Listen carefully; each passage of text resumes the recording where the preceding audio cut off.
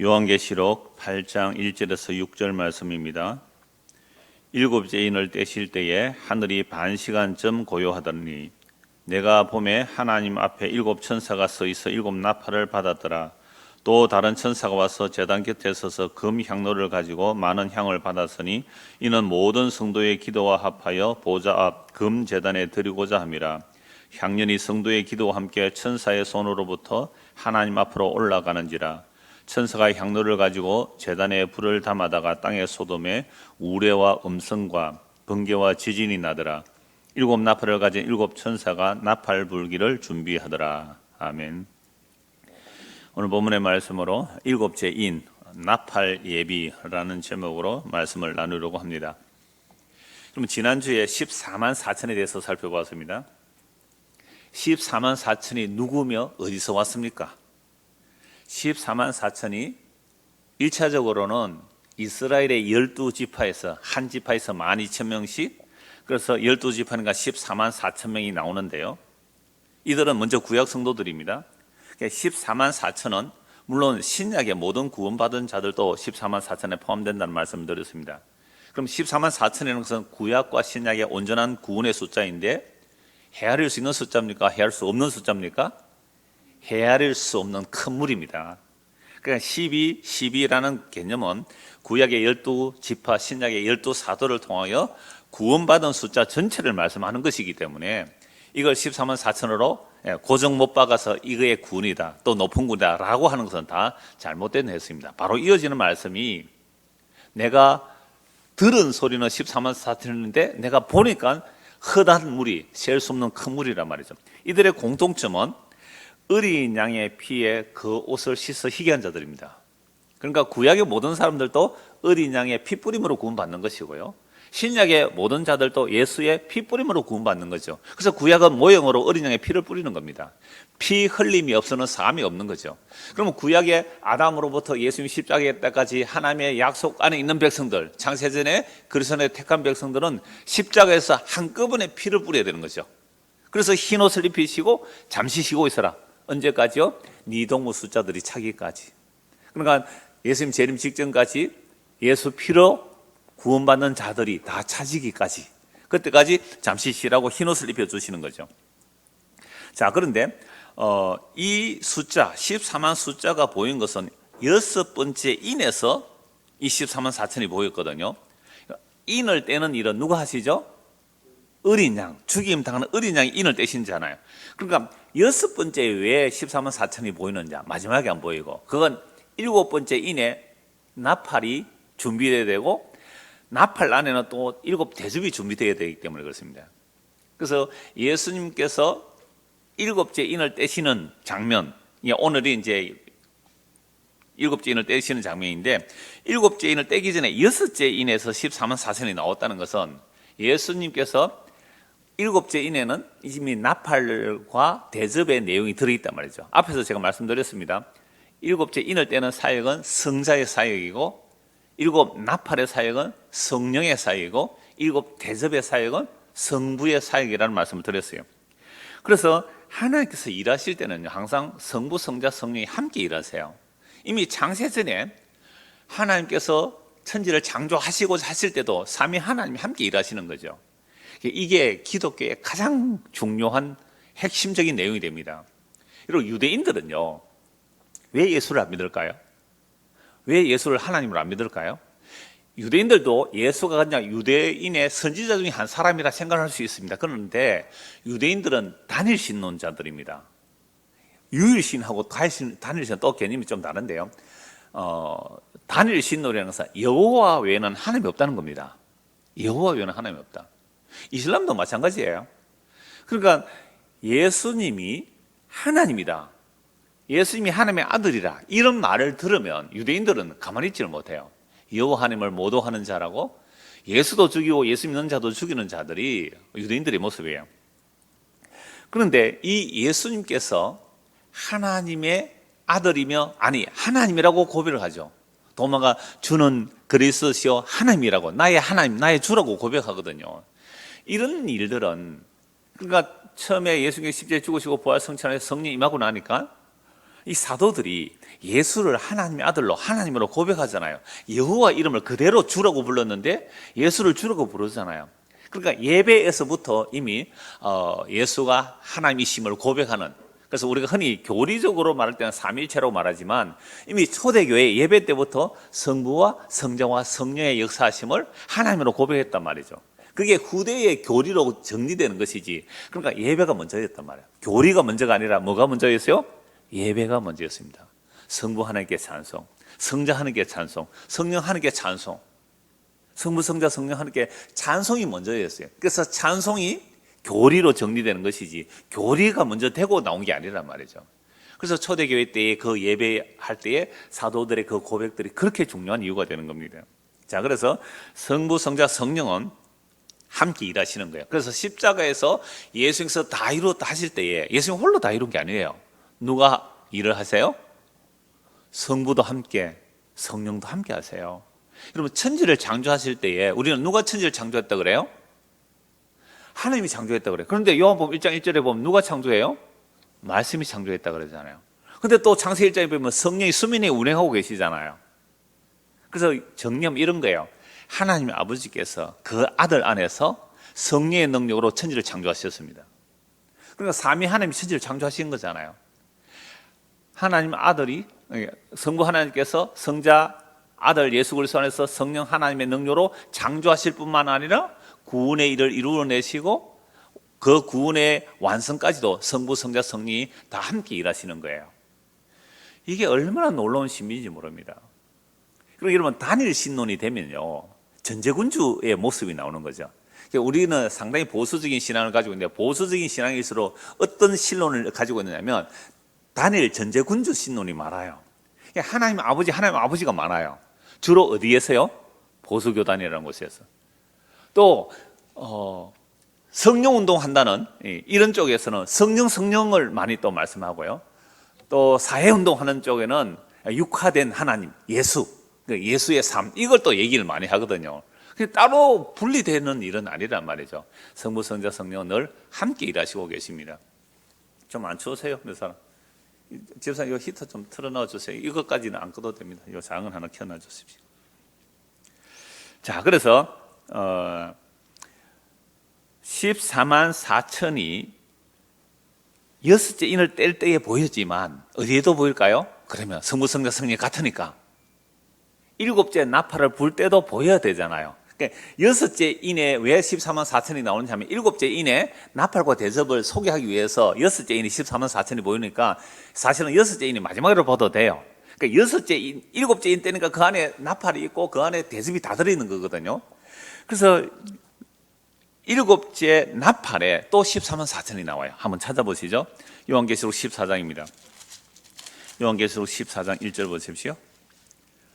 자, 또 내가 보라 어린 양이 시온산에 섰고, 여러분 이 14장 내용은요 일곱째 나팔에서 일어나는 일들이거든요. 일곱째 나팔.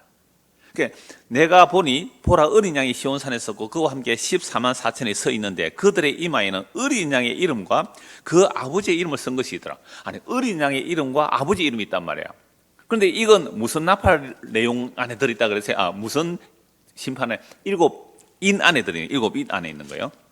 안에요. 일곱 나팔 안에 들어있는 겁니다. 그러니까 일곱 인에서 14만 4천이 나오는데 일곱 나팔에서도 14만 4천이 나온단 말이에요. 그래서 내가 하늘에서 나는 소리를 들으니 많은 물소리와도 같고 큰 우레 소리와도 같은데 내가 들은 소리는 금은고 타는 자들이 그 금은고를 타는 것 같더라. 그들이 보호자와 네 생물과 장로들 앞에서 새 노래를 부르니 땅에서 속량함을 받은 14만 4천 밖에는 너희 이 노래를 배울 자가 없더라. 그러니까 보호자 앞에서 찬송하는 자들이 14만 4천이 나오잖아요. 이들도 구약의 모든 구원받은 자들이 문제가 되는 겁니다. 자, 그러면 일곱 인에서 14만 4천이 나올까요? 또 일곱 나팔에서 14만 4천이 나오죠. 그럼 어디에서 또 14만 4천이 나와야 돼요? 일곱 대접에서 14만 4천이 나와야 되지 않습니까? 그런데요, 일곱 대접에서는 14만 4천이라는 말은 없어요. 그래도 그 흑한 흰옷 입은 무리가 뭐로 봐야 되죠? 14만 4천으로 봐야 된단 말이에요. 정말 요한계시록 이렇게 보면요, 정말 성부, 성자, 성령 하나님께서 같이 일하심을 너무나 생생하게 볼 수가 있는데요. 자, 요한계시록 19장 한번 보십시오. 요한계시서 19장은 이제 일곱째 대접까지 다 쏟아진 거예요. 그러니까 일곱 인에서도 14만 4천, 일곱 나팔에서 14만 4천, 일곱 대접에서도 14만 4천이 나와야 되는데 14만 4천은 빼고 흰옷 입은 큰 무리만 말해요. 그러니까 흰옷 입은 큰 무리가 14만 4천이라 볼 수 있잖아요. 그래서 나중에 나팔 대접에서는 3분의 1씩 심판해요. 3분의 1 나팔 대접. 근데 인을 떼실 때는 3분의 1이라는 말은 없었거든요. 대접에서 3분의 1은 없어요. 그럼에도 불구하고 나팔이 3분의 1이니까 성자께서 3분의 1, 성령께서 3분의 1, 성부께서 3분의 1 심판하셔도 되는 거죠. 이게 시공간을 초월하면 십자가로 이미 구약을 다 심판하시고 구약하시고 그 십자가에서 다 이루신 원리를 땅 끝까지 이루고 가신다고 제가 종종 말씀을 드렸죠. 자, 그러면 이제 일곱 대접에서 14만 4천이라는 숫자는 안 나오지만 그 구원받은 무리가 어떤지를 19장 7절에 보겠습니다. 제가 다음에 또 이 말씀을 볼 테니까 그 핵심 부분만 제가 찾아보는 겁니다. 7절. 우리가 즐거워하고 크게 기뻐하며 그에게 영광을 돌리시에 어린 양의 혼인 기약이 이르렀고 그의 아내가 자신을 준비하였으므로 그에게 빛나고 깨끗한 세마포옷을 입도록 허락하셨으니 이 세마포옷은 성도들의 옳은 행실이로다 하더라. 천사가 내게 말하기를 기록하라. 어린 양의 혼인 잔치에 청함을 받은 자들은 복이 있도다 하고 또 내게 말하되 이것은 하나님의 참되신 말씀이라 하기로 내가 그 발 앞에 엎드려 경배하려 하니 그가 나에게 말하기를 나는 너와 및 예수의 증언을 받은 내 형제로 같이 된 종이니 삼가거래하지 말고 오직 하나님께 경배하라. 예수의 증언은 예언의 영이라 하더라. 자, 일곱째 인에서 14만 4천 나왔어요. 일곱 나팔에서 14만 4천이 나왔어요. 그러니까 일곱 대접에서는 일곱 번째입니다. 항상 이게 일곱 번째예요. 일곱째 대접에서는 14만 4천이 안 나와도 흰옷 입은 어린 양의 신부가 나오잖아요. 그래서 구약에 구원받은 자, 신약에 구원받은 모든 자들은 어린 양의 피에 그 옷을 씻어 희게 한 자들. 이게 일곱 이단에 나왔잖아요. 이 큰 무리가 누굽니까? 이는 헤아릴 수 없는 하나님의 택하신 모든 백성들이라 이 말이죠. 자, 그래서 오늘 보면 1절에서 다시 보겠습니다. 8장, 요한계시서 8장 1절에서 2절입니다. 일곱째 인을 떼실 때에 하늘이 반시간쯤 고요하더니 성부, 성자, 성령의 그 은은하심으로 보면 됩니다. 고요하더니 내가 보면 하나님 앞에 일곱 천사가 서 있어 일곱 나팔을 받았더라. 그러니까 일곱째 일을 딱 떼니까 일곱 나팔을 들고 서 있는 천사가 보이는 거죠. 그래서 3절입니다. 또 다른 천사가 와서 제단 곁에 서서 금 향로를 가지고 많은 향을 받았으니 이는 모든 성도의 기도와 합하여 보좌 앞 금 제단에 드리고자 함이라. 여러분, 구약에서 성전 안에 뭐가 있어요? 향로가 있잖아요. 그 향로의 분향은 기도를 상징하는 겁니다. 그래서 다른 천사가 와서 제단 곁에 서서 금 향로를 가지고 많은 향을 받았는데 이는 모든 성도의 기도와 합하여 보좌 앞 금 제단에 드리고자 합니다. 우리의 기도가 구약으로 말하면 그 분향하는 그 향료에 담겨서 어디로 올라간다고요? 하늘로 올라간다. 그래서 우리의 기도가 하나님 보좌 앞으로 금 제단에 드려진다. 금 향로에 담겨서 올라간다. 이런 얘기를 우리 많이 들었어요. 그래서 뭘 하라고 그래요? 기도하자고, 많이 하자고. 근데 여기에 담기는 기도가 먼저가 중요합니다. 4절. 향년이 성도의 기도와 함께 천사의 손으로부터 하나님으로 올라가는지라. 천사가 향로를 가지고 제단에 불을 담아다가 땅의 소돔에 우레와 음성과 번개와 지진이 나더라. 그럼 이 금향료에 담긴 기도가 어떤 내용일까요? 기도가 올라갔는데 그 기도가 함께 드려지고 그 금향로에 뭘 담았다고요? 제단에, 그 구약 성경 이미지죠. 제단에 불을 담아서 땅에 쏟아버리니까 땅에 뭐가 오는 거죠? 우레와 음성과 번개와 지진이 오는 겁니다. 그럼 여기에 담겨 올라가는 기도가 무슨 기도일까요? 여기에 담겨 올라가는 기도가 무슨 기도일까요? 우리는 하도 기도를 많이 하라, 뭐 좋아요, 기도해야죠. 그런데 바른 기도를 해야 되죠. 성경에 나오는 기도를 해야 되잖아요. 그럼 여기서 담겨 올라가는 기도는요, 이미 우리 앞에서 보한 내용인데 6장 9절 보십시오. 어떤 기도가 담겨 올라갔는가? 6장 9절입니다. 다섯째 인을 떼실 때에 내가 보니 하나님의 말씀과 그들이 가진 증거로 말미암아 죽임 당한 영혼들이 제단 아래 있었어요. 여기 금 향로에 담겨 올라가는 기도는 어떤 자들의 기도예요? 하나님의 말씀과 그들이 가진 증거 때문에 죽임 당한 자들. 옛날 번역에서는 목배임 당한 자들. 그러니까 목배임 당했다는 건 전부 순교해야 되느냐, 그 얘기 아니라고 말씀드렸잖아요. 예수 믿고 죽은 자들, 이 말이에요. 구약에서 그리스도에 대한 약속을 믿고 죽은 자들, 그래 하나님의 말씀을 따라 그들이 가진 증거, 구약 성경이 누구를 증거하고 있어요? 모든 구약 성경이 누구를 증거합니까? 예수 그리스도를 증거하잖아요. 구약 사람들이 아담으로부터 예수님 오시기까지 그 구약 성경으로 예수 그리스도를 증거하기 때문에 그 그리스도를 바라보고 있던 자들이 순교당한 자도 물론 있습니다. 그런데 순교당한 자는 그렇게 많지 않아요. 수많은 무리들이 그 구약의 성경의 말씀을 가지고 그리스도를 기다렸다 이 말이죠. 아브라함이 그리스도가 올 것을 바라보고 기뻐했다고 예수님 말씀하셨잖아요. 다윗이 올 그리스도를 바라보고 이미 성령으로 주께서 내 주에게, 이미 시편 110편 1절에서 다윗이 그리스도를 고백했다고요. 그리스도가 이 땅에 오시기는 다윗보다 1000년 뒤에 왔습니다. 그런데 1000년 뒤에 올 그 그리스도를 다윗은 이미 보았다는 거예요, 성령으로. 아브라함보다 그리스도는 2000년 뒤에 오세요. 근데 아브라함이 2000년 뒤에 오실 그리스도를 이미 구약에서 그리스도의 영으로 봤다는 거예요. 여러분, 이걸 성경에서 말씀하고 있죠. 그래서 다시 보십시오. 6장 9절. 다섯째 인을 떼실 때 내가 보니 하나님의 말씀과 그들의 가진 증거로 말미암아. 다른 말로 하면 앞에서 나왔잖아요. 하나님의 말씀과 그 아들에 대하여 증거한 자. 이들이 죽었단 말이에요. 근데 그 죽은 영혼들이 어디에 있다고요? 그 제단 아래에 있어서 큰 소리로 불러 이르되 거룩하고 참되신 대주제여 땅에 거하는 자들을 심판하여 우리 피를 갚아주지 아니하시기를 어느 때까지 하시려 하나이까? 그러면 금 향로에 담겨 올라가는 기도의 내용은 무슨 기도예요? 아담으로부터 예수님 오실 때까지 하나님의 약속을 믿고 죽은 자들의 기도란 말이에요. 그들은 하나님의 말씀으로 증거를 딱 받고 살았는데 그 약속의 실제는 못 받았다 그랬잖아요. 그 약속의 실제는 누구예요? 예수 그리스도예요. 그럼 예수께서 오셔서 온전히 이들을 구원할 때를 기다리고 있었던 자들이죠. 그러니까 이게 뭐 죽어서 막 영혼이 막 기도한다 이런 개념 아니더라도 이미 아브라함으로부터 모든 믿음의 사람들은 오실 그리스도를 바라보고 살았잖아요. 그것 자체가 기도란 말이에요. 꼭 기도 안 해도 히브리서 11장에 나오는 대로 모든 믿음의 선진들이 이 땅에서 외국인과 나그네로 살면서 더 나은 본향을 삼으며 살았던 이런 사람들이 이 삶 자체가 뭐가 된다고요? 기도예요. 그러니까 이들의 기도는 한 가지뿐이에요. 무슨 기도일까요? 언제 그리스도가 오십니까? 언제 그리스도가 오십니까? 그리스도가 오셨잖아요. 그래서 그리스도가 오셔서 그들에게 뭘 해주시고요? 흰옷을 입혀주시죠. 11절 6장 11절 각각 그들에게 흰 두루마기를 주시며 이르시되 아직 잠시 동안 시대 그들의 동무 종들과 형제들도 자기처럼 죽임을 당하여 그 수가 차기까지 하라 하시더라. 자, 여기서 금 향로에 올라가는 그 기도가 올라가고 있는 거죠. 구약에서. 그러면 그 금 향로가 올라가서 제단에 드려지고 그 향로에서 숯불을 담아서 땅에 부어보니까 땅에 뭐가 일어나는 거죠? 심판이 일어나죠. 자, 이 심판이 영적인 심판일까요? 물리적인 심판일까요? 영적인 심판입니다. 왜요? 이게 십자가에서 그 일이 이루어지기 때문에 그렇습니다. 일곱 나팔과 일곱 대접 사역에서 십자가에서 일어나는 일이에요, 이게. 여러분들, 하늘에서 불이 떨어진다고 마귀가 불에 타 죽겠습니까? 예? 하늘에서 번개가 친다고 번개가 사탄이 번개에 맞아 죽겠습니까?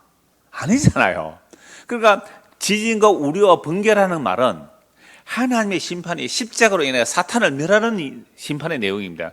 그래서 구약에서 하나님의 말씀을 가지고 그 증거를 기다리는 자들이 언제 우리 피를 신원하여 주지 않겠습니까? 라는 그 기도의 응답이 이제 드디어 쏟아지는 거죠. 쏟아진단 말이에요. 물론 일곱 인에서도 그렇습니다. 나팔과 대접이 가 심판이 쏟아지는 내용입니다. 자, 그래서 본문 이제 3절의 소절 다시 한번 보십시오. 요한계시록 8장 3절 소절. 또 다른 천사가 와서 제단 곁에 서서 금 향료를 가지고 많은 향을 받았으니 이는 모든 성도의 기도. 요 모든 성도의 기도는 누구라고 했습니까? 아담으로부터 예수님 오시기까지. 더 구체적으로 말하면 아벨의 피로부터 성전에 설린 사갈의 피까지 그들의 기도가 올라가는 거죠. 보좌 금제단에 들고자 함이라 향년이 성도의 기도와 함께 천사의 손으로부터 하나님 앞으로 올라가는지라. 천사가 향료를 가지고 제단에 불을 담아다가 땅의 소돔에 우레와 음성과 번개와 지진이 나더라. 이게 몇 번째 인에서 이런 일이 일어나죠? 일곱 번째 인에서. 그럼 일곱째 인은 이미 다 떼어졌잖아요. 이게 십자가로 인하여 땅에 속한 자들을 심판하는 내용이에요. 땅에 속한 자. 그래서 요한계시록 중요한 개념이 땅에 속한 자와 하늘에 속한 자예요. 비록 우리가 이 땅에 발 딛고 살아도 예수 믿는 사람은 그 나라에 속했기 때문에 하늘에 속한 자가 되고요. 이 땅에 속하지 않은 자들은 예수 밖에 있는 자를 땅에 속한 자란 말이에요. 그들에게 대한 심판을 말씀하고 있는 겁니다. 자, 그러므로 땅에 속한 자들이 심판을 받는데 이 심판은 먼저 구약에서 하나님의 말씀을 받아들이지 않는 자들에 대한 심판이죠. 노아 홍수 때 그 홍수 심판을 아주 우습게 이긴 자들, 소돔과 고모라 성에서 하나님의 말씀을 농담으로 이긴 자들, 이들이 심판받는 내용입니다. 그래서 이 심판은 먼저 구약에서 하나님의 말씀을 받지 않는 자들에 대한 심판이 1차적이고요. 그래서 내성과 음성과 번개와 지진은 일곱째 인의 마지막 심판의 장면인데, 요건 동일하게 나팔의 마지막 나팔에서 요 심판이 나오고요, 마지막 대접에서도 심판이 나와요. 그러니까 일곱째 인에서 번개, 우레, 음성, 번개, 지진, 이 심판이 일어나고 또 차례대로 다시 첫째 나팔, 둘째 나팔에서 일곱째 나팔에 이게 일어나고 또 일곱째 대접에 이렇게 심판이 나오는 게 아니고, 이 수평으로 늘어놓는 게 아니고 뭐래요? 세로로 세워진다 그랬잖아요. 크로노스, 카이로스라는 얘기는 우리 얼마 전에 드라마도 그런 제목이 하나 있더라고요. 카이로스는 드라마 그런 제목이 하나 있던데요. 예, 크로노스는 수평적 시간 개념이에요, 이게. 근데 카이로스란 말은 수직적 시간 개념이거든요. 수직적 시간 개념. 그러니까 요한계시록의 내용은 수직적 시간 개념으로 보셔야 됩니다. 수직적. 그러니까 인 안에 동시에 나팔과 대접이 함께 있다. 그럼 함께 있어서 이루어내는 사건이 뭐겠어요? 십자가잖아요. 십자가에서 다 이루었다 할 때는 예수 혼자 다 이룬 게 아니에요. 예수 그리스도 안에서 성부와 성령께서 함께 하나님의 일을 다 이루어내시는 겁니다. 자, 그래서 내성, 음성, 번개, 이게 하나님의 심판의 모습인데, 이건 사탄을 멸하실 때는 이거 영적인 심판이란 말이에요. 조금 전에 말씀드렸잖아요. 사탄이 번개에 죽겠습니까, 사탄이? 그래서 요한계시록 4장 5절 다시 한번 보십시오. 요한계시록 4장 5절. 보호자로부터 번개와 음성과 우리 소리가 나고 보호자 앞에 큰 등불 7이 있으니 이는 하나님의 7 영이나, 보호자의 계시니와 어린 양과 하나님의 영이 함께 계시잖아요. 근데 그 앞에 뭐가 준비되어 있어요? 번개, 음성, 우레소리. 번개, 음성, 우레소리. 자, 이런 내용들이 이제 일곱째 인, 일곱째 나팔, 일곱째 대접에서 다 쏟아지는 거예요. 이게 십자가에서 사탄을 심판한 내용입니다. 우리는 이런 말씀을 보고, 야, 앞으로 이 세상이 뭐가 떨어진다? 막 번개가 떨어지고 우레가 떨어지고 지진이 올 것이다, 이런 식으로 해석을 하니까 사람들이 자꾸만 어떤 이 자연재앙을 보고서, 야, 주님 이제 오시나? 날짜를 맞추고, 그게 아니란 말이에요. 십자가로 어떻게 이루어내시는 걸 먼저 봐야 돼요. 그래서 오늘 본문 8장 5절에서 천사가 향로를 가지고 제단에 불을 담아다가 땅의 소돔에 우레와 음성과 번개와 지진이 나는데, 여기에 요한계시록 4장 5절에서는 번개와 음성과 우레 소리만 있는 것이죠. 이걸 땅에 쏘니까 이제 땅에 지진도 쏟아지는 거죠. 그러니까 이게 땅의 지진, 여러분, 땅의 지진은요, 아모스 시대도 있습니다. 구약의 아모스 성경을 보면 그때도 지진 후 몇 년 이렇게 나오거든요. 어마어마한 지진이 있었거든요. 그러니까 아담 이후로 이 세상은 다 늘 흔들리는 세상이거든요.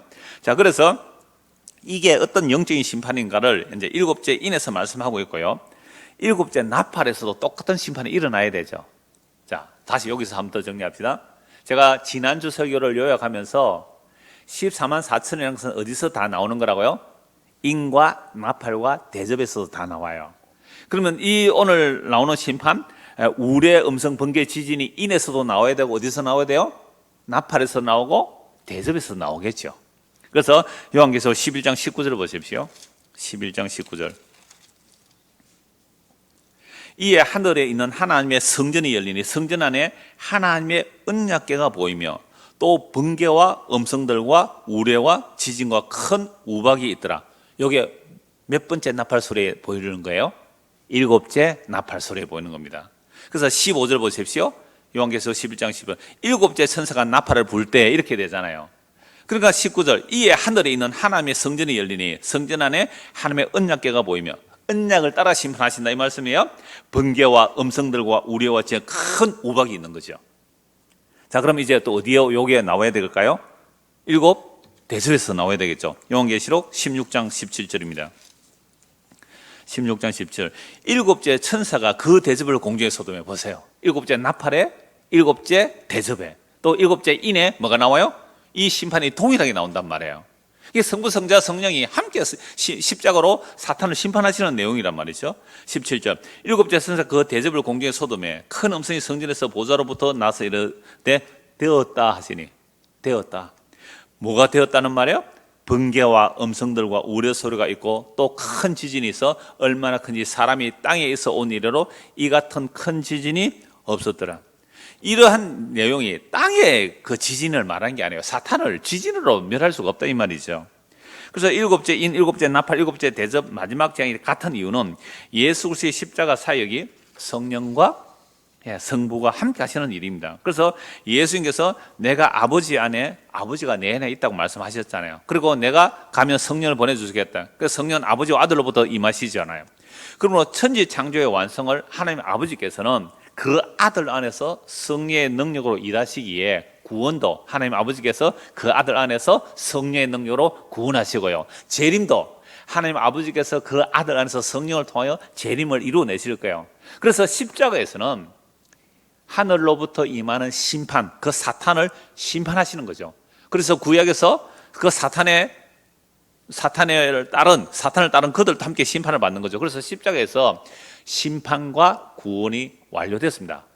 누구들은요? 구약은 완료됐다면. 그러면 십자가에서 완료된 이 내용을 가지고 언제까지 간다 그랬어요?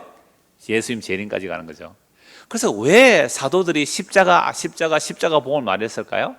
십자가는 이미 구약 사람들이 구약의 완성을 십자가에서 봤기 때문에 그래요. 구약의 완성은 십자가로 구원할 자 구원하시고 심판할 자 심판하셨다는 거 아니에요. 그리고 사탄도 머리를 박살을 낸 것이 십자가 사건이잖아요. 그래서 사탄의 머리가 박살됐기 때문에 예수님께서 초림부터 재림까지를 전체를 천년왕국으로 하는 거예요. 초림부터 재림까지. 왜요? 예수님이 왕이 되셨잖아요. 물론 구약에도 예수님이 왕이시죠. 그러나 역사적으로 보여주기 위해서 초림부터 재림까지 예수님이 왕이 되셔서 자기 백성을 구원하여 내시는 일을 사탄의 머리를 깨뜨리기 때문에 하는 일이거든요. 그래서 오늘 이 세상에서 복음을 듣고 예수 믿고 나오는 것은요, 나팔 소리 듣고 나오는 것 같다 이 말입니다. 그래서 오늘 본문 6절을 다시 보십시오. 8장 6절. 일곱 나팔을 가진 일곱 천사가 나팔 불기를 뭐예요? 준비하더라. 그러니까 일곱 나팔을 가진 일곱 천사 나팔 준비를 예비하는데 이게 어디서 나오는 거죠?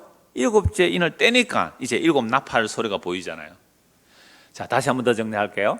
14만 4천이 일곱 인, 일곱 나팔, 일곱 대접에서 흰 옷 입은 큰 무리로 어린 양의 신부 만들기로 나왔습니다. 어린 양의 신부 만들려면 누가 피를 흘려야 돼요?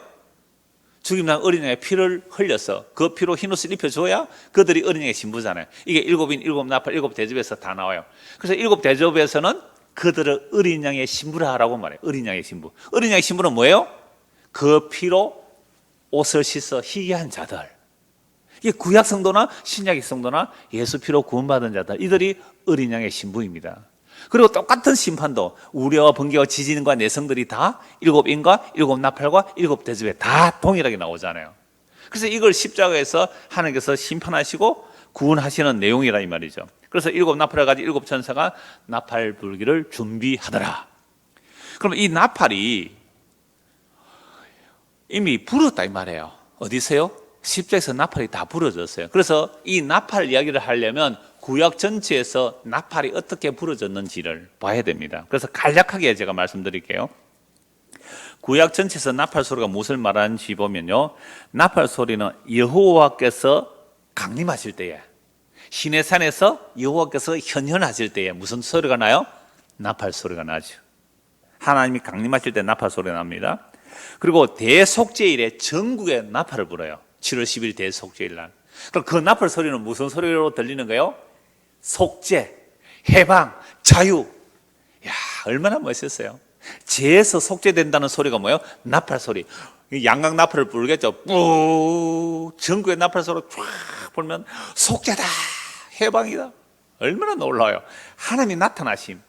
그러면 하나님의 나타나심의 나팔 소리에 하나님의 백성은 기뻐 찬송하겠지만 하나님의 대적들은요, 무서워서 도망갈 거 아니에요. 이게 출애굽기 19장, 레위기 25장 다 나오는 말씀이에요. 그리고 민수기 10장을 보면 나팔 소리가 백성들이 행진할 때에, 그죠? 자, 동쪽 먼저, 서쪽 먼저, 뭐 이렇게 쫙 행진할 때에, 진퇴, 공격할 때, 물러날 때, 이런 진을 칠 때, 이게 전부 다 나팔 소리거든요. 자, 그래서 또 나팔 소리는 하나님을 찬송하는 악기이기도 합니다. 하나님을 찬송하는 소리. 그 다음에 나팔 소리는 선지자가 전하는 하나님의 말씀이 나팔 소리예요. 그러므로 선지자들이 회개하라는 소리를 나팔 소리처럼 울리라고 합니다.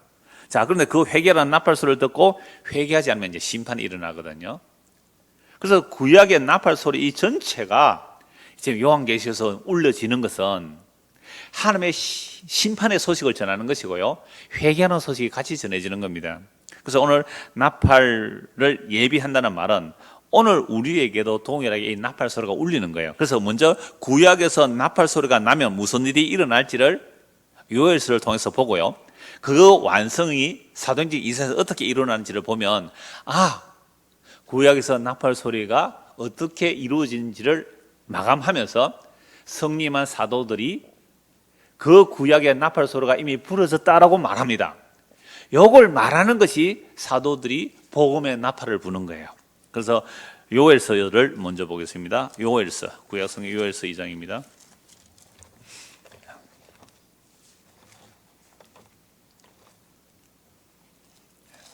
호세아 다음에 요엘서. 요엘서 2장 1절부터 보겠습니다. 시온에서 나팔을 불며 나의 거룩한 산에서 경고의 소리를 질러. 나팔을 분다는 말은 뭐예요? 경고하는 거죠. 경고. 그럼 뭘 경고하는 거예요? 여호와의 큰 날이 이르다. 여호와의 큰 날이 이르니까 너희들 회개하라는 거예요. 선지자가 나팔을 분다는 것은. 그래서 시온에서 나팔을 불며 나의 거룩한 산에서 경고의 소리를 질러 이 땅 주민들로 다 떨게 할지니 이는 여호와의 날이 이르게 됩니다. 이제 임박하였으니 곧 어둡고 캄캄한 날이요 짙은 구름에 덮인 날이라. 새벽빛이 산꼭대기에 덮인 것 같으니 이는 많고 강한 백성이 이르렀습니다. 이와 같은 것이 옛날에도 없었고 이후에도 대대로 없으리로다. 지금 요엘 선지자가 나팔을 부르라 이 말은 하나님께서 요엘 선지자를 통하여 나팔을 불라 경고하라 이 말이죠. 무슨 날이 이르렀기 때문에? 여호와의 날이 이르렀기 때문에. 그래서 구약의 모든 여호와의 날은 누가 온다는 게 여호와의 날이에요? 메시아가 오신다는 날이잖아요. 그래서 예수님이 메시아니까 예수님 오시는 그 날이 무슨 날이에요? 여호와의 날이에요. 그 여호와의 날이 오기 전에 너희들은 뭐하라? 회개하라는 겁니다. 이게 얼마나 어마어마한 날인지. 어둡고 캄캄한 날이래요. 유대인들은 여호와의 날에 구원받을 거라고 생각했지만 그 날이 오히려 심판의 날이 된다라고 경고를 하는 겁니다. 나팔을 불라는 거예요. 그 말씀이 이제 쭉 나오는데요, 다 읽을 수가 없으니까 중간중간만 봅니다. 10절 보십시오. 2장 10절. 그 앞에서 땅이 진동하며 하늘이 떨며 해와들이 캄캄하며 별들이 빛을 거두었도다. 여호와의 날에 뭐가 없어진다고요? 하늘이 진동하고 해와 달이 캄캄하며 별들이 빛을 거두리라. 그럼 예수님이 십자가 사건을 말해요. 그럼 십자가는 잠시 한 3시간 해가 어두워지고 잠깐 지진이 일어났지만 그 십자가 안에서 보이지 않는 어마어마한 일들은요, 구약의 모든 내용이 다 성취가 되는 거예요. 그러면 예수님의 십자가로 이걸 확 다 보여주면 될 텐데 와, 안 보여주고 조금만 보여줬을까요? 왜 피만 보여줬을까요? 막 번개, 지진, 내성이 조금 일어났거든요. 확 다 보여주면 될 텐데 왜 조금만 보여줬을까요? 그때 다 보여주면 우리는 끝났잖아요. 신약에 구원이 없잖아요. 조금만 보여주고 성경은요, 희한하게도 보고 믿게 하는 것이 아니라 듣고 믿게 하려고 그러면 듣고 믿게 하려고. 자, 그 앞에 땅이 진동하며 하늘이 떨며 해와 달이 캄캄하며 별들이 빛을 거두도다. 여호와께서 그의 군대 앞에서 소리를 지르시고 그의 진영 심히 크고 그의 명령을 행하는 자는 강하니 여호와의 날이 크고 심히 두렵도다. 당할 자가 누구랴? 그러니까 여호와의 그 큰 날에 누가 서겠느냐? 그러니까 나팔 부는 거예요. 나팔 부는 거예요. 12절입니다. 여호와의 말씀에 너희는 이제라도 금식하고 울며 애통하고 마음을 다하여 내게로 돌아오라 하셨나니 너희는 옷을 찢지 말고 마음을 찢고 너희 하나님 여호와께로 돌아올지니라. 그는 은혜로우시며 자비로우시며 노하기를 더디하시며 인애가 크시사 뜻을 돌이켜 재앙을 내리지 아니하시나니 주께서 혹시 마음과 뜻을 돌이키시고 그 뒤에 복을 내리사 너희 하나님 여호와께 소제와 전제를 드리게 하지 아니하실는지 누가 알겠느냐. 선지자들이 나팔을 부는 것은 여호와의 날이 곧 올 텐데 그 전에 회개하고 오라는 말이에요. 뭘 찢지 말고요? 옷을 찢지 말고 마음을 찢어라. 옷이야 우리가 찢을 수 있지만 마음은 어떻게 찢겠어요? 그럼 하나님의 말씀은 사실 하나님 이루세요. 마음을 찢는 것은 새 언약이거든요. 예수의 피로 우리의 마음을 정결케 하셔야 회개하고 예수를 믿게 되는 거죠. 그래서 구약의 모든 성도들도 여호와의 날을 기다리는데 그 날이 정말 심판의 날이 될지 구원의 날이 될지 지금 선지자가 나팔을 부는 이유가 그거예요. 그래서 15절입니다. 너희는 시온에서 나팔을 불어 거룩한 금식일을 정하고 성회를 소집하라. 백성을 모아 그 모임을 거룩하게 하고 장로들을 모으며 어린아이와 젖먹는 자를 모으며 신랑을 그 방에서 나오게 하며 신부도 그 신방에서 나오게 하고 여호와를 섬기는 제사장들은 낭실과 제단 사이에서 울며 이르기를 여호와여 주의 백성을 불쌍히 여기소서. 주의 기업을 욕되게 하여 나라들로 그들을 관할하지 못하게 하옵소서. 어찌 이방인으로 그들의 하나님이 어디 있느냐 말하게 하겠나이까 할지어다. 결국 나팔을 분다는 것은 여호와 앞에서 회개하라는 거죠. 여호와의 날이 임할 거란 말이죠. 근데 지금 이스라엘 백성들은 주변 이방 나라들이 야 너희들 하나님 믿는 모습이 왜 그러냐, 하나님을 섬긴다는 나라가 왜 그 모양이냐 막 조롱한단 말이에요. 그러니까 회개하고 주님께서 응답해 달라고, 하나님 일하여 달라고 그렇게 강구하는 내용입니다. 자, 그래서 이런 심판의 날을 준비하면서 너희들은 회개하라 그래요. 회개하라. 이게 나팔 부는 거예요. 자, 28절부터 봅니다. 28절. 하나님의 그 나팔 소리를 듣고요, 회개하면 뭘 당하지 않는가. 27절 먼저 보시죠. 그런즉 내가 이스라엘 가운데 있어 너희 하나님이 여호와가 되고 다른 이가 없는 줄 너희가 알 것이라. 내 백성이 영원히 수치를 당하지 아니하리로다. 정말 놀라운 거예요. 수요일 전에 이 말씀 드렸잖아요. 죽게 피하는 이유는 뭘 당하지 않으려고요?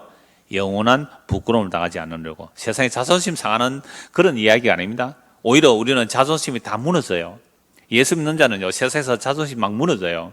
그렇게 해야 십자가에 지신 예수님을 믿게 되거든요. 그렇게 예수님을 믿으면 영원한 부끄러움 당하지 않습니다. 28절. 그 후에 내가 내 영을 만민에게 부어주리니. 무슨 날 이후일까요? 여호와의 크고 두려운 여호와의 날, 십자가의 날이에요. 그 십자가의 날 이후에 뭘 부어주신다고요? 하나님의 성령을 부어주신다는 말씀이잖아요. 그 후에 내가 내 영을 만민에게 부어주리니. 그러니까 십자가 이후에 성령이 임해요. 여호와의 크고 두려운 날이 무슨 날이라고요? 십자가의 날. 그러니까 십자가는 모든 구약의 성도들을 구원할 자 구원하시고 심판할 자 심판하시는 크고 두려운 놀라운 무슨이에요? 번개 우리의 내성이 막 쏟아지는 거예요. 그래서 구약의 사람들을 구원할 자 구원하고 심판할 자 심판하시고 그 십자가 사건 이후에 뭐가 부어진다고요? 성령이 부어져요. 그 후에 내가 내 영을 만민에게 부어주리니 너희 자녀들이 장래일을 말할 것이며 너희 늙은이는 꿈을 꾸며 너희 젊은이는 이상을 볼 것이며. 꿈과 비전을 말할 때 예수 그리스도를 말하는 겁니다. 우리의 욕망의 비전을 말하는 게 아닙니다. 그때 내가 또 내 영을 남종과 여종에 부어줄 것이며 내가 이적을 하늘과 땅에 베풀리는 곧 피와 불과 연기 기둥이라. 여호와의 크고 두려운 날이 이르기 전에 해가 어두워지고 달이 핏빛같이 변하려니와 누구든지 여호와의 이름을 부르는 자는 구원을 얻으리니. 이는 나 여호와의 말대로 시온산과 예루살렘에서 피할 자가 있을 것이며 남은 자 중에 나 여호와의 부름을 받을 자가 있을 것임이니라. 그러니까 크고 두려운 여호와의 날이 이루어질 때에 그 십자가로 심판할 자 심판하고 구원할 자 구원하시는데, 그리고 뭘 부어주신다고요? 성령을 부어주신다고 말씀하고 있잖아요. 자, 그런데 이 날의 징조가 피와 불과 연기 기둥이죠. 예수님 십자가에 죽으실 때 뭐밖에 안 보였어요? 피밖에 안 보였잖아요. 불과 연기 기둥 안 보였어요. 자, 이건 구약의 이미지를 생각해 보십시오. 이스라엘 백성들이 유월절 어린 양의 피를 바르고 홍해를 건너잖아요. 유월절 어린 양의 피를 바르고 홍해를 건너는데 이미 홍해 앞바다에서 구름기둥 불기둥이 나타납니다. 적들을 막아버리고 이스라엘 백성들을 홍해를 건너게 하시고 광야에서 구름기둥 불기둥이 나타나잖아요. 어린 양의 피는 아까 우리가 뭐라고 얘기했어요? 예수 그리스도의 피잖아요. 성자의 사역이잖아요. 구름 기둥, 하나님이 임재하실 때 구름 가운데 나타나세요. 성령이 불 가운데서 나타나시고 말씀하시잖아요. 성령이 불로도 임하시잖아요. 그러니까 성부, 성자, 성령이 광야에서 다 나타나잖아요.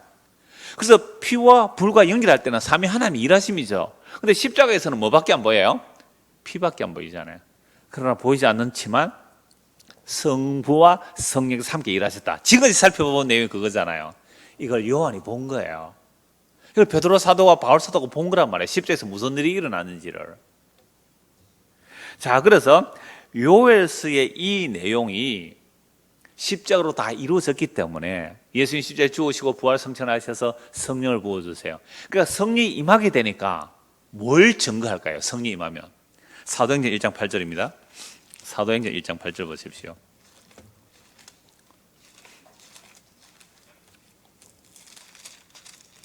우리 너무 잘 아는 말씀인데요.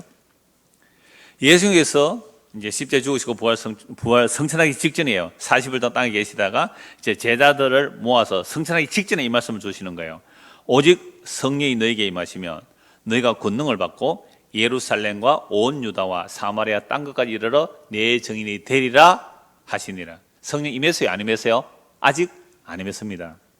그럼 예수님께서 요엘서 2장의 말씀을 십자가로 완성하시고 지금 하늘로 올라가셔서 누구를 보내주실까요? 성령을 보내주신다 이 말씀입니다. 그래서 유대인들은요, 성령이 임하기 전에는 아직도 하나님 나라가 뭔지를 잘 몰라요. 그래서 1장 6절 한번 보십시오. 그들이 모였을 때 예수께 여쭈어 이르되 주께서 이스라엘 나라를 회복하시면 이때입니까? 아직도 무슨 이스라엘을 생각해요? 육적 이스라엘을 생각하고 있잖아요. 이르시되 때와 시기는 아버지께서 자기의 권한에 두신 너희는 알 바 아니고 오직 성령이 너희에게 임하시면 너희가 권능을 받고 예루살렘과 온 유대와 사마리아 땅끝 이르러 내 증인이 되리라 하시네. 그래서 구약의 나팔 소리를 쭉 살펴보았잖아요. 그 나팔 소리는 여호와의 큰 날을 예비하게 하는 거잖아요.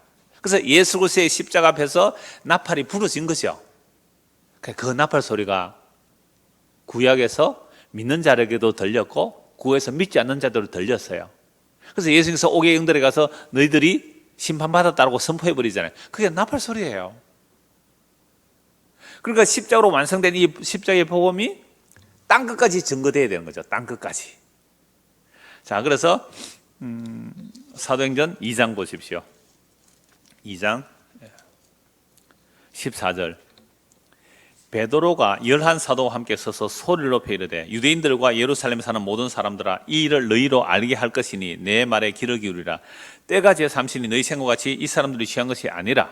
그러니까 아침 9시에 하나님의 복음을 전하니까 야들이 술 챘나 이런다요. 술 챘나. 그리고 여러 지역에서 온 사람들이 막 자기 나라의 말로 알아듣잖아요. 얼마나 놀라운 일이 일어났습니까? 내가 술 취했다. 우리 아침 9시인데 벌써 술 취한 게 아니다 라고 하면서 이 말씀 하세요. 16절. 이는 곧 선지자 요엘을 통해 말씀하신 것이 일렀으되 하나님이 말씀하시기를 말세에 내가 내 영을 모든 육체에 부어주리니 너희의 자녀들은 예언할 것이요 너희의 젊은이들은 환상을 보고 너희의 늙은이는 꿈을 꾸리라. 그때 내가 내 영을 내 남종과 여종들에 부어주리니 그들이 예언할 것이요 또 내가 위로 하늘에서는 기사를 아래로 땅에서는 징조를 베풀리니 곧 피와 불과 연기로다. 주의 크고 영원한 날이 이르기 전에 해가 변하여 어두워지고 달이 변해 피가 되리라. 누구든지 주의 이름을 부르는 자는 구원을 받으리라 하였느니라. 지금 요엘서 2장이 성취가 되었다는 거예요? 되지 않았다는 거예요? 되었다는 겁니다. 이게 십자가로 피와 불과 연기 기둥이 다 일어났다 이 말이죠. 그래서 지금은 누구든지 주의 이름을 부르는 자는 구원을 받는다라고 말하는 겁니다. 이스라엘 사람들아 이 말을 들으라. 지금 사도들이 뭘 하는 거예요? 나팔을 분 거예요. 십자가에서는 천사들의 나팔 소리가 들렸고 그래서 구원할 자 구원하고 심판할 자 심판했는데 십자가 이후로 성령이 임하게 되니까 성령이 임한 자들은 여호와의 그 두렵고 큰 날이 뭐로 이루어졌다고요? 십자가로 이루어졌습니다. 그러니까 이제 여러분들 회개하고 예수 믿으시요. 예수 믿으시기 바랍니다. 그래야 여러분들 구원을 받습니다. 이 복음을 전하는 거죠. 그럼 사도들이 전하는 이 복음이 십자가 이후로 뭐예요? 나팔 소리죠. 그러니까 오늘 저와 여러분들이 복음을 듣는다는 것은 무슨 소리 듣는 거예요? 나팔 소리. 여호와의 크고 두려운 날이 십자가로 이루어졌는데 이제 십자가로 이루어진 그 여호와의 크고 두려운 심판이 예수님 재림 때에는요 온 우주에 다 드러나게 된단 말이죠. 그런데 예수님 재림할 때까지는 무슨 복음이 전거된다고요? 미련하고 우리선 십자가의 복음이 전거돼요. 구약도 마찬가지였고요. 그래서 예수님 재림하시는 그날에 온 우주 만물에 이 영광이 드러날 거란 말이죠. 이 복음을 전하는 것이 지금 신약 시대에 뭐 하는 거예요? 나팔을 부는 거예요. 나팔을 부는 거예요.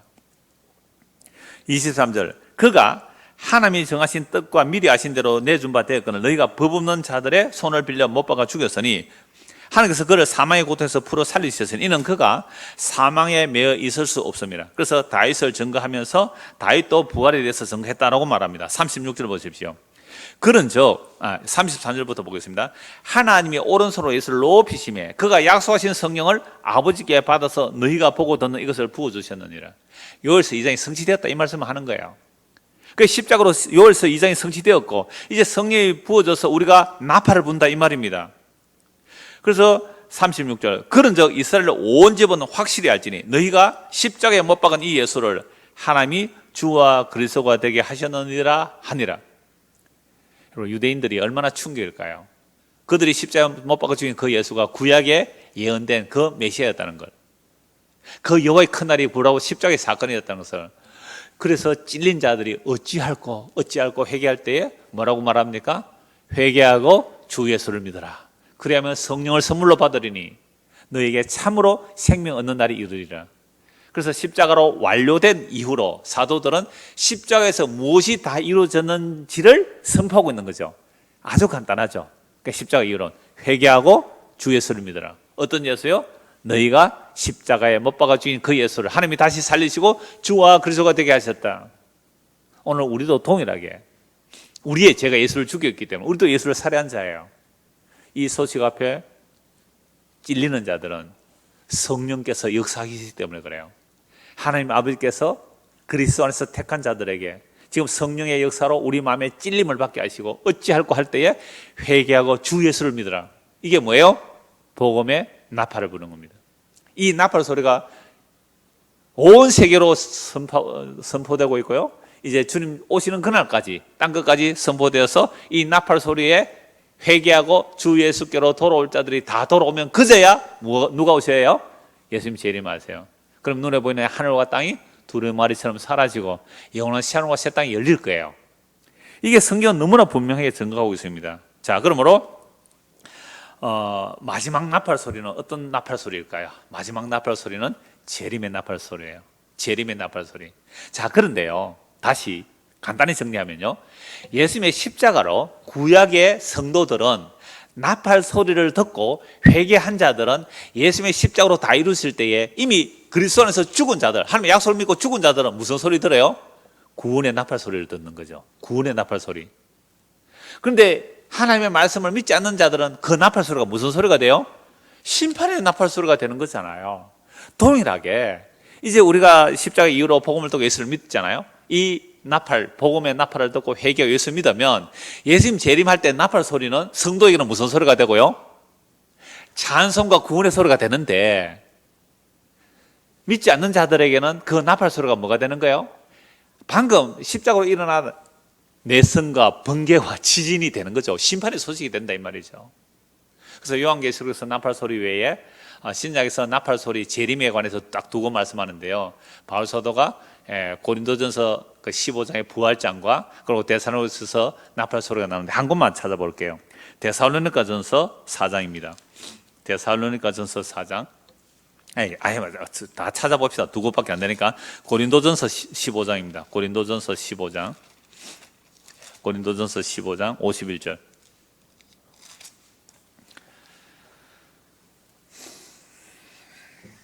50절부터 볼까요? 형제들아, 내가 이것을 말하노니 혈과 육은 하나님의 나라를 이어받을 수 없고 또한 썩는 것은 썩지 않을 것을 유업으로 받지 못하네. 우리의 혈과 육의 노력으로는, 우리의 썩을 것으로는 영원한 하나님 나라를 받을 수가 없어요. 무엇으로만 받아요? 회개하고 예수 믿는, 오직 은혜로 예수를 믿음으로만 하나님 나라를 받게 되죠.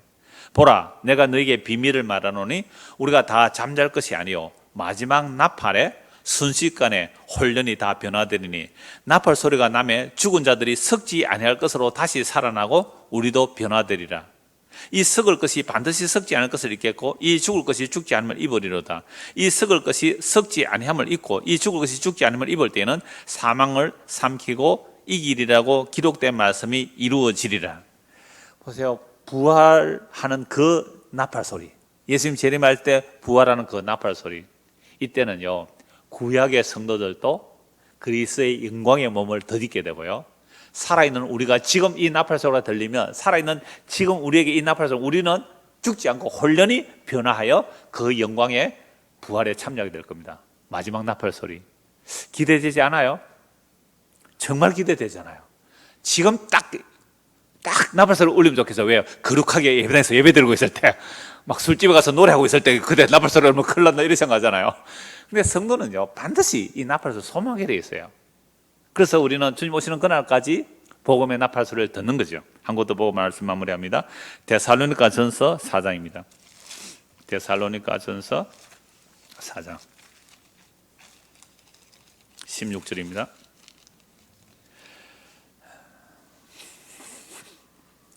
14절부터 보죠. 우리가 예수께서 죽으셨다가 다시 살아나심을 믿을진데 믿습니까? 예수님 진짜 죽으셨다가 다시 살아 믿습니까? 믿는다면 이와 같이 예수 안에서 자는 자들, 예수 믿고 죽은 자들이잖아요. 예수 안에서 자는 자들, 구약이든 신약이든 예수 안에서 자는 자들도 하나님이 그와 함께 데리고 오시리라. 우리가 주의 말씀으로 너에게 이것을 말하노니 주께서 강림하실 때까지 우리 살아남아 있는 자도 자는 자보다 결코 앞서지 못하네. 이건 논리적 순서입니다. 시간적 순서가 아니에요. 그리스도에서 죽은 자들이 먼저 살아나고 그 뒤에라는 것은 이 시간적 순서가 아니에요. 묵시적 사건이기 때문에. 그래서 16절 주께서 호령과 천사장의 소리와 하나님의 나팔 소리로 친히 하늘로부터 강림하시리니 그리스도에서 죽은 자들이 먼저 일어나고 그 후에 우리 살아남은 자들도 그들과 함께 구름 속으로 끌어올려 공중에서 주를 영접하게 하시리니 그리하여 우리가 항상 주와 함께 있으리라. 이 공중혁이 됐다가 땅에 지상천년 그런 얘기 아니에요. 묵시적 재림의 사건이에요. 단번에 영혼이 영광으로 들어감을 말해요. 그러므로 이란 말로 서로 위로하래요. 오늘 저와 여러분들이 복음의 나팔 소리를 듣고 회개하고 예수를 믿었다면 이미 십자가로 일어난 나팔 소리가 다 일어난 거예요. 무엇이 일어났어요? 십자가로 번개와 내성과 지진이 일어나서 사탄을 심판하는 거잖아요. 그게 십자가로 일어난 그 일들 우리에게도 일어나서 우리를 지배하고 있었던 사탄의 머리를 박살내시고 우리를 그리스도의 머리에 접붙여서 그리스도의 신부가 되도록 흰 옷을 입혀 어린 양의 신부를 만들어서 주님 오심을 기다리게 하시는 일을 누가 하세요?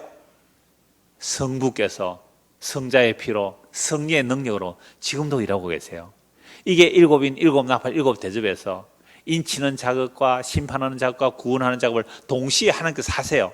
이걸 십자가로 다 이뤘다 하시고 그 다 이루신 십자가의 복음을 오늘도 이렇게 복음이 선포되고 주님 오시는 날까지 선포되어 이 복음의 나팔, 회개하라는 이 복음의 나팔을 듣고 믿는 자들에게는 동일하게 지금 우리가 뭘 입어요? 예수의 피로 희게 깨끗하게 흰옷을 입혀 어린 양의 신부로 준비한 하나님의 자녀들이 되는 거죠. 그리스도의 신부가 되는 거죠. 이런 자들은 무슨 나팔 소리를 기다릴까요? 마지막 주님 오신다는 나팔 소리가, 신랑이 오신다는 그 나팔 소리가 울려 퍼질 때에 오 주님, 내가 당신을 정말로 기다렸나이다. 내가 정말로 기다렸나이다. 이 얼마나 복된 소식입니까? 이 놀라운 은혜 속에 모두가 참여되는 저와 여러분 되기를 소원합니다. 기도하겠습니다.